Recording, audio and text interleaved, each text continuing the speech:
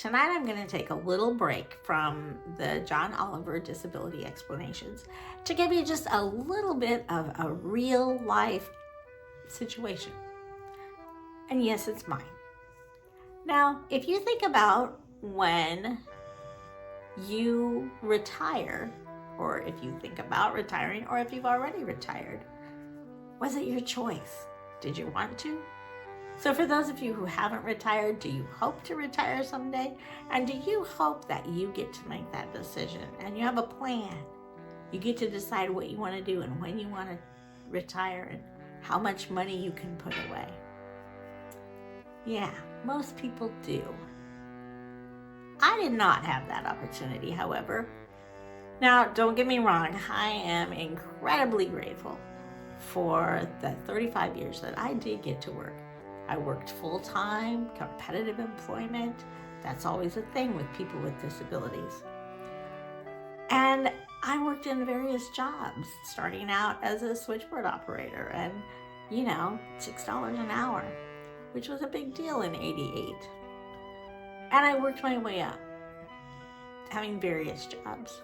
Managers of units for the state. I was a director of an independent living center for people with disabilities. I worked for a managed care organization. And I was able to have some retirement funds. But when it came time that I was getting close to the Social Security retirement age, where most people get to decide, yeah, I think I'll go ahead and retire, or no, I think I'll work a few more years. I had to quit. Because for those 35 years that I worked, I was using a work incentive through Social Security called 1619B. Now, it's kind of a complex thing, but it allowed me to work and not have that income go against my Medicaid eligibility. Because Medicaid and SSI are connected. Many states you don't even have to apply for Medicaid. If you're determined eligible for SSI, you automatically are enrolled in Medicaid. The state I live in, you do have to apply, but you're still automatically eligible. So SSI has this work incentive that says if you can work, go ahead and work, and we're not going to let anything happen to your Medicaid. Now, as you're going to hear in the next segment, I believe, of John Oliver's story from last week tonight, he talks about the $2,000 maximum that you can have in your bank at any given time. Okay, so I was able to work and make however much I could make, basically. I mean, I couldn't have made $1 million and still gotten Medicaid, but why would I want to? But I could work and earn a good living. And I did. I did all of that. I bought a new car. I built a house that's totally and completely accessible. But when it came time to retire, all of that went away.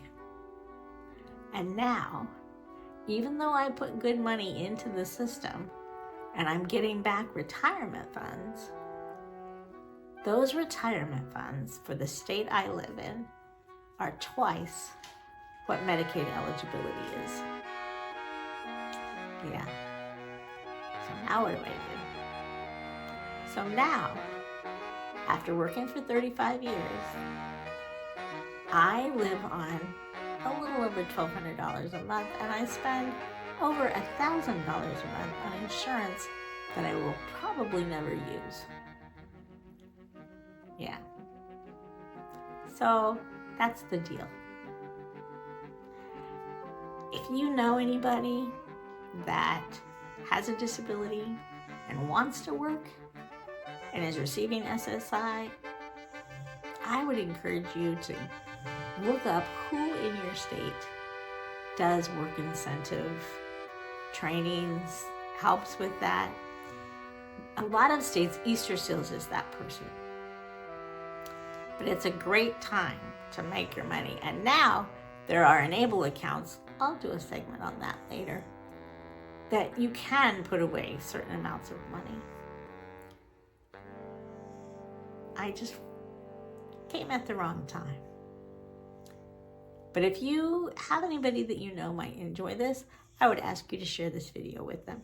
And the John Oliver videos. Well, any of my videos actually. And I hope that you like and subscribe and keep following me, because we're going to do some more life journeys. Give me a comment below what questions you have or what kind of things you might like to see. Okay. Thank you so much. See you again later.